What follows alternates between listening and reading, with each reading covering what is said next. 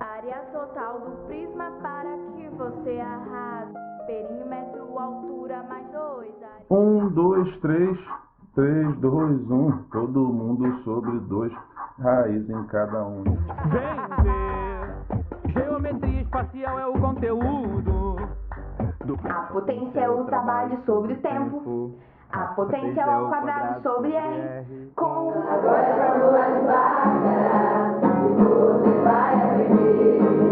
Se você entender, Um triângulo de 90 é triângulo no retângulo, não estressa, nem esquenta. Pra gravar, bolei um pano. Você realmente acha que está aprendendo matemática dessa forma? Decorando musiquinha para decorar as fórmulas? Eu vou te mostrar nesse vídeo qual é o método que é realmente infalível para você não esquecer de nenhuma forma nunca mais. E o melhor, sem você depender dessas musiquinhas para lembrar dessas fórmulas. E é uma pena que tantos professores de matemática ficam ensinando as matérias dessa maneira. Ficam criando músicas só para o aluno decorar. E, infelizmente, esse processo é quase que um processo de emburrecimento em que vai se propagando de geração em geração. Então eu te convido, a partir desse vídeo, a mudar a forma de você enxergar isso, a mudar a forma como você estuda a matemática e parar com essa coisa de querer decorar músicas para decorar uma fórmula, para saber quando que usa e quando não usa, tá bom? E eu te digo ainda qual que é o problema de você decorar as fórmulas. Vamos imaginar um engenheiro e um peão de obras. Nada contra peão de obras, deixar bem claro aqui. É só uma analogia para você entender o que eu quero te passar aqui nesse vídeo. O engenheiro seria aquele cara que ele projeta, que ele pensa em todas as partes do processo, em que ele entende o porquê de cada coisa, de cada pedacinho daquele projeto que ele está construindo. Já o peão é aquela pessoa que recebe as ordens, que executa as coisas, sem necessariamente saber o porquê que ela está fazendo aquilo. Então vamos lidar com esses dois personagens dessa forma. De novo, nada contra peão de obras, nada contra engenheiros, é só para você entender o que eu quero te passar. Então, fazendo essa analogia com o estudo de matemática, a pessoa que fica decorando fórmulas, decorando musiquinhas, ela se identifica mais com o peão de obras. Por quê? Porque ela não sabe o que ela está fazendo direito, ela está num processo rígido, é como se ela recebesse uma ordem de um professor, decora essa fórmula para você usar em tal momento, sem saber exatamente o porquê. E o problema disso é que você se comportando dessa maneira, aprendendo algo de uma forma meio rígida, em qualquer outra situação, numa prova, por exemplo, que aparecer um pouquinho diferente daquilo que você aprendeu, numa situação um pouco diferente, talvez você não consiga resolver, você trave. Porque você aprendeu de uma maneira muito fixa, e aí, quando a situação muda um pouco, seja numa prova, seja numa situação da vida, você não consegue resolver aquilo, porque você não entendeu aquele conhecimento, você não construiu o conhecimento, você simplesmente memorizou algo sem entender exatamente aquilo, certo? Então nesse vídeo, nosso objetivo é esse, você parar de ser um peão de obras no sentido de aprender matemática e se tornar um engenheiro, alguém que entende o que está fazendo, não para você se tornar de fato alguém de exatas, não é para isso, eu estou falando simplesmente para você conseguir ir bem numa prova, se esse é o seu objetivo no momento. Para você construir o conhecimento de fato, um conhecimento sólido, que vai te dar flexibilidade para você se adaptar em situações diferentes, saber o que está acontecendo e saber o que você tem que fazer. Essa é a minha proposta para você aprender matemática de verdade, beleza? Então, já anota isso aí no seu caderno, seja onde for, anota isso para você não esquecer. Em matemática, memorização e velocidade são consequências do seu aprendizado. Ou seja, muita gente acha que para aprender matemática precisa decorar as fórmulas, como a gente está discutindo aqui, e para ser bom em matemática precisa ser rápido, precisa ser veloz. Sendo que é o oposto. Você não precisa memorizar nada para aprender matemática, porque a memorização ela vem como consequência. Eu, por exemplo, nunca me preocupei em decorar fórmulas. E hoje em dia, obviamente, eu sei elas de cabeça. Mas não porque eu quis decorar, e sim porque eu entendi o processo. E aí, o fato de eu usar tanto elas, naturalmente, elas ficaram na memória. Esse é o primeiro ponto. Segundo ponto, a velocidade. Também nunca treinei velocidade na minha vida. E hoje em dia tem exercício que eu resolvo em segundos. Por quê? Porque eu foquei na prática, em fazer bastante exercício, aprofundar aquele conhecimento.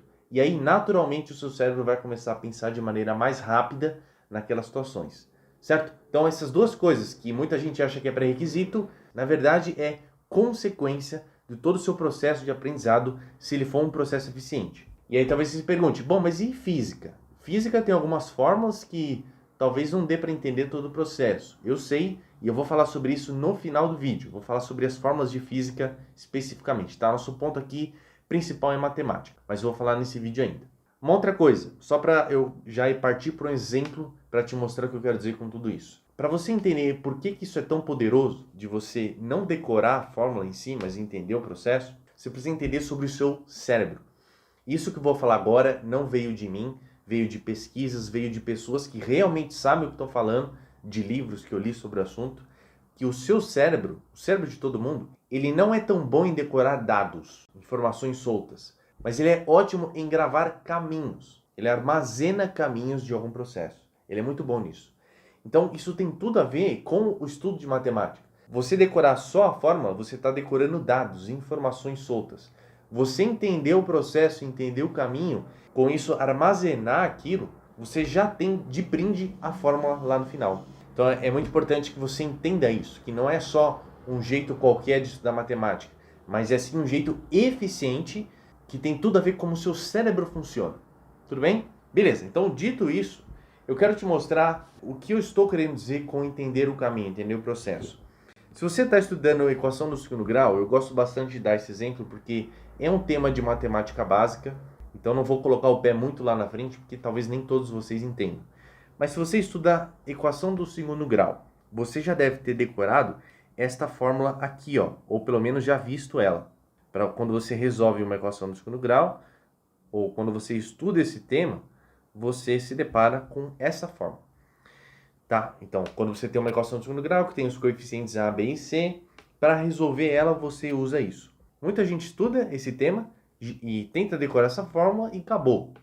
Né? Assim, não tenta entender de onde que ela veio, ou se é possível resolver uma equação sem precisar dela. Agora, tem situações, por exemplo, que você tem uma equação desse tipo aqui, ó.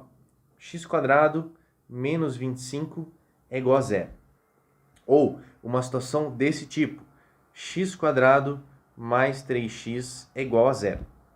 Se você, que decorou essa fórmula de cima, usa essa fórmula para resolver esse tipo de equação ou esse tipo de equação, que é o que a gente chama de equação incompleta, aí o problema é mais embaixo. Porque as equações incompletas, de fato, elas não precisam. Realmente, tem um jeito muito mais fácil de você resolver elas sem fórmula. E isso eu acredito que não seja segredo para muita gente, porque a maioria das pessoas usam isso que eu vou te mostrar aqui. Tudo bem? Então, se você, mesmo nessas situações, ainda usa a fórmula, então você realmente está muito preso nisso. Eu recomendo que você reveja com calma esse tema e estude o processo da forma que eu vou te ensinar aqui. Tudo bem? Então, como é que você resolveria isso daqui, essas equações incompletas, sem a fórmula? E eu já vou chegar na completa, tá? Então, aqui, primeiro, você coloca o x isolado. Lembra, sempre que você resolve uma equação, qualquer grau, o objetivo sempre é isolar o x, se for essa incógnita que você quer descobrir. Então, essa fórmula aqui atrás, no fundo, é o que ela faz também, e é o que a gente vai fazer nesses dois exemplos e nos próximos, tá? Então, o objetivo é esse, isolar o x. Beleza. Aqui, então, a gente chegou nisso daqui, extraio a raiz quadrada dos dois lados. Então, raiz quadrada aqui, raiz quadrada aqui. Aí a gente vai ter um x aqui e que sobra mais ou menos 5. Posso até explicar em outro momento por que surge esse mais ou menos aqui, sendo que a raiz quadrada de um número positivo é sempre positiva, tá? Vou deixar isso para outra hora. Agora, o ponto é, as soluções dessa equação são essas duas. Mais 5 e menos 5 solucionam essa equação. Tudo bem? Não precisou de nenhuma fórmula. E a mesma coisa, uma coisa parecida, aliás, acontece com essa equação aqui, esse exemplo 2. Eu posso colocar aqui o x em evidência, e aí eu tenho um produto de duas coisas. Para que esse produto seja zero, basta que um deles seja zero. Então, nessa primeira situação, para que isso dê zero, x mais 3 sendo igual a zero, aqui o meu x ele tem que ser menos 3. Essa é uma solução. A outra solução é quando eu pego esse x aqui.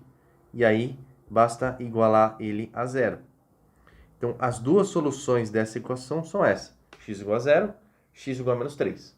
Beleza. Espero que você já saiba resolver equações incompletas do segundo grau, sem forma. Beleza. Agora vamos para o que interessa. Quando a gente quer resolver uma equação do segundo grau completa, sem formas, que seria, como exemplo, isso daqui. Como é que você faz nessa situação? Lembra que eu te falei, o importante aqui é você saber o caminho. É claro que para você chegar nesse ponto, precisa ter pouquíssimos conhecimentos anteriores, como manipular a equação, produtos notáveis, isso vai ser bastante útil. Eu não vou explicar em detalhes, eu já vou falar para você um vídeo que eu explico detalhadamente cada um desses pontos, mas qual que é a chave para resolver todas as equações do segundo grau sem fórmulas? É você completar quadrados. Então dá uma olhada, ó. Eu tenho aqui x² mais 6x, isso é igual a 7. Deixei o 7 do outro lado. E agora eu vou fazer uma mágica aqui. Eu vou colocar dois números dos dois lados para surgir algo que eu quero, tá? Então, não estou colocando números quaisquer aqui. Eles têm um propósito. Eu vou acrescentar desse lado 9 e acrescentar desse lado 9. E aí, esse cara da esquerda, lembra, nosso objetivo é isolar o x. Numa equação do segundo grau completa, não é tão fácil. Mas quando eu fizer isso que eu vou fazer agora, vai ficar mais fácil. E o que eu faço é, eu escrevo essa parte aqui de cima desta forma aqui. E aqui do outro lado sobrou 16. Então veja, esse cara que surgiu é um produto notável, é o quadrado da soma, que tem aulas aqui no canal sobre isso. Mas o fato é, eu tendo esse conhecimento de produtos notáveis, que também é um processo que eu aprendo, eu consigo resolver uma equação do segundo grau. E, na verdade, esse processo é exatamente o mesmo processo que faz você chegar nessa fórmula e que fez a primeira pessoa que descobriu ela chegar aqui. Entende? Então, você vê que dessa forma que eu vou resolver aqui, eu vou continuar para você ver que a gente chega também no resultado final sem precisar disso. Eu não preciso decorar nada para resolver essa equação. Entende? Então, ó, nesse momento aqui, o que a gente faz? Mesma coisa. Extraio a raiz quadrada dos dois lados. Então, aqui vai sobrar x mais 3 é igual mais ou menos 4. Então, o meu x, ele é menos 3 mais ou menos 4. Então, aqui, obviamente, vão sair duas respostas. Uma resposta, vou considerar o 4 positivo. Então, uma delas vai ser x igual a 1. E a outra, considerar o 4 negativo, vai ser x igual a menos 7. Então, essas duas soluções são as soluções dessa equação do segundo grau. E que, com certeza, eu descobriria usando a fórmula. Porém, não precisei apelar para a minha memorização. Uma vez que você aprende o processo, em poucas linhas você resolve isso, sabendo exatamente o que você está fazendo. E qual é a grande vantagem? Se você depende só da sua memória, vai chegar numa hora da prova, que talvez você está um pouco nervoso, um pouco ansioso e tal, pode ser que dê aquele branco, que é basicamente emocional. E se der aquele branco, você preso numa memorização de algo, é muito fácil você esquecer daquilo ou esquecer alguma letrinha aqui no meio e aí você perde a questão. Diferente de você saber o processo. O processo está todo interligado, então é muito mais difícil você quebrar essa corrente e esquecer alguma coisa, tá? Então, de novo, é uma maneira mais sólida de você construir conhecimento. Esse aqui é só um exemplo. Qualquer outro assunto de matemática, você pode usar e deve usar esse método de construir, de entender o processo. Cada passo e saber se virar sem precisar da fórmula. Tudo bem? E para isso, te convido a assistir a minha playlist aqui no canal, que é Matemática Sem Fórmulas, que eu tenho vários vídeos sobre temas diferentes, explicando como é que você aprende aquele tema sem depender de uma fórmula. São os temas principais, ainda vou colocando outros, tá? Você pode deixar lá nos comentários quais outras fórmulas você quer ver, um processo mais passo a passo, tá? Mas te convido a assistir com mais calma. Eu também explico com mais detalhes a equação do segundo grau para você entender o que eu fiz aqui, tudo bem? Mas espero que você tenha entendido essa ideia de captar o processo, tá? De armazenar o processo. Beleza, vamos falar um pouco sobre física agora. Na física, a gente tem, basicamente, dois tipos de fórmula. Eu vou explicar para vocês. A gente tem aquelas fórmulas que são criadas por definição. Normalmente na física a gente tem muito experimento. Então, por experimento, de forma um pouco empírica, alguns conceitos têm uma fórmula envolvida, mas que foi obtida através desse processo. Ou que, por alguma outra razão, algum físico definiu uma grandeza, uma força, uma unidade, daquele jeito. Então, você tem a definição. Só que a gente tem também as formas que podem ser demonstradas. Por exemplo, uma fórmula de definição seria a própria velocidade. Então, a velocidade é o espaço sobre tempo, certo? Isso é uma definição. Eles batizaram esse nome de velocidade, dessa grandeza, e aí definiram que vai ser o espaço que foi percorrido por um objeto, por uma pessoa, dividido pelo tempo desse mesmo trajeto, tá? Essa é a definição de velocidade. Agora, uma forma que pode ser demonstrada é aquela de Torricelli, que você sabe que a velocidade final ao quadrado é a velocidade inicial ao quadrado, mais 2 vezes a aceleração, vezes a variação do espaço. Isso daqui pode ser demonstrado a partir das definições de velocidade, de aceleração, etc. Tudo aquilo pode ser usado para demonstrar essa forma. Tudo bem? Então, as formas que podem ser demonstradas, você pode aprender elas da mesma maneira que você aprende formas de matemática. Porque todas de matemática são demonstráveis. Então, você entende o processo para chegar nela, de forma que você talvez nem precise usar as formas dessa família aqui, digamos assim. Agora, como é que fica as de definição? As formas de definição, você tem que apelar um pouco mais para a sua intuição. O que isso significa? Quando você aprende que velocidade é espaço sobre tempo, não basta só você ficar olhando para isso aqui, tentando decorar. V é igual a S sobre T e tal. Não é isso. Tenta entender isso aqui de forma intuitiva. Olha para essa forma e pensa sobre ela. Bom, espaço, que é a distância, dividido pelo tempo, velocidade, km por hora. Pensa no exemplo do seu carro. O que significa se o carro anda 90 km por hora? Significa que em 1 hora ele anda 90 km. Se ele andar meia hora, ele vai andar 45. Entende? Então começa a pegar essa forma e expandir ou para situações do seu dia a dia ou para coisas que são mais intuitivas para você. É assim que você começa a entender essas fórmulas de definição. E para ficar claro, eu vou fazer um exemplo de um exercício do Enem, o Enem 2021, para você entender como é que eu pensaria, tá? Esse exercício daqui vai clarificar para você tudo que eu estou falando. Dá uma olhada. Ele está falando aqui que os cientistas... não vou ler o enunciado ao todo, mas ele está te dando basicamente uma tabela que tem área e comprimento e a resistência elétrica de alguns fios, tá? São 4 fios aqui. Esses 4 fios têm uma área de seção transversal, né? E um comprimento, tá? E de acordo com essas informações, eu tenho que saber qual é a resistência desses fios. Lembrando que são todas aqui do mesmo material, tá? E aí você fala, putz, não lembro da fórmula da resistência, que relaciona área e comprimento. O que eu faço? Bom, usa a sua intuição. Dá uma olhada. Vou desenhar um fio aqui só para você entender o meu raciocínio e você entender aqui o que ele está pedindo também. Então a gente tem o fio. Isso daqui, obviamente, é o comprimento do fio, que eu vou chamar de L. E a área que ele está falando é isso daqui. Essa daqui seria a área. Sem segredo. Eu só vou deixar esse desenho para você entender o que é área e o que é o comprimento de um fio, tá? E agora que começa a nossa intuição. Vamos pensar o seguinte. O que é resistência? Então você já começa daí, entendendo o que é resistência. Resistência é a dificuldade dos elétrons passarem por aquele caminho. Quanto mais resistente é o fio, mais difícil é os elétrons de passar ali. Você pode entender isso, resistência, como uma coisa de atrito, tá? É mais ou menos, maior a resistência tem mais atrito dos elétrons com o material. Isso é resistência. Então pense o seguinte, se a gente tem uma certa resistência, vamos colocar aqui, e eu tenho uma área, vamos pensar só na área. Se a área é maior ou menor, o que isso acontece com a resistência? Pensa num metrô, não sei se é de São Paulo, mas aqui na Sé, na linha vermelha, 6 horas da tarde, é uma maravilha para você entender o que são elétrons tentando passar por uma determinada área.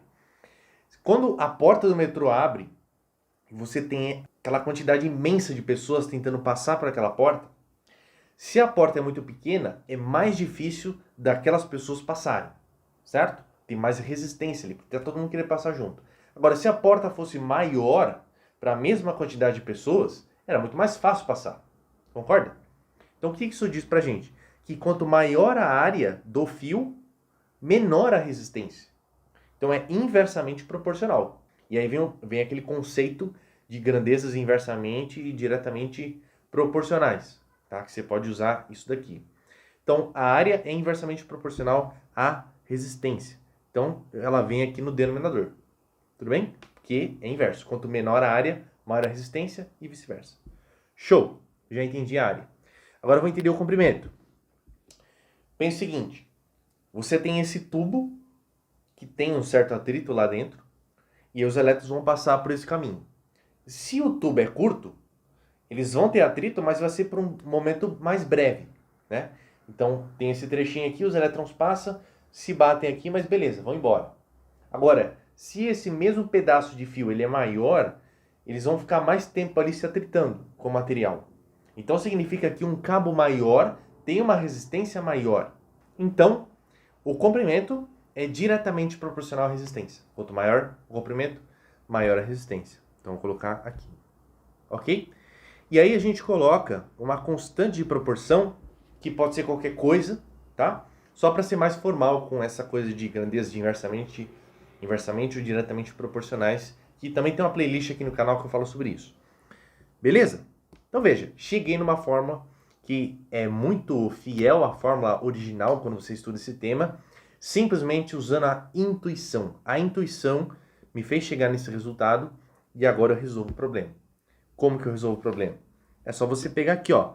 Como é que é a resistência 1? Ela é uma constante proporção, comprimento 312 dividido por 9.